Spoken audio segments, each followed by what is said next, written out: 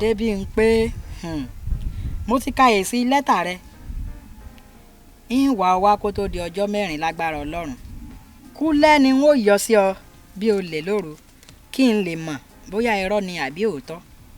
Ṣùgbọ́n ká pé o mọ̀ tọ́ lé lóòótọ́ bí n pé kí ló dé tá a wá rí ọkùnrin kankan mọ́ sáyàn rẹ látọjọ́ yìí pẹ̀lú adúrú sìkìsìkì àyà rẹ. Will you keep quiet? Ṣé bí àbúrò rẹ sá ni Ìyábọ̀ kò sì fáìn tó ọ gan. Bẹ́ẹ̀ sì ni kò sí alẹ́ ọjọ́ kan kí dé fi mọ́tò ewé lára ẹ̀kọ́ rẹ̀ lọ́nà ẹ̀bù. Kódà wọ́n ó tún wà níbẹ̀ lálẹ́ yìí bí ọwọ́ agogo 7:30. Ìyá rẹ̀ gan tí kì í sọmọge mọ́. Mo gbọ́ pé àwọn àti bàbá olóyè 6 ni wọ́n jọ máa ń wà bí bàbá rẹ̀ bá ti lóko ọdẹ. Bó wá ní tiẹ̀ ṣe jẹ́ nílé aláró. Sáàmù retí mi sá. Mo kàn ní kí n kí ọ níná. Tèmi ni tìrẹ ní tòótọ́. Ògìdì Olú.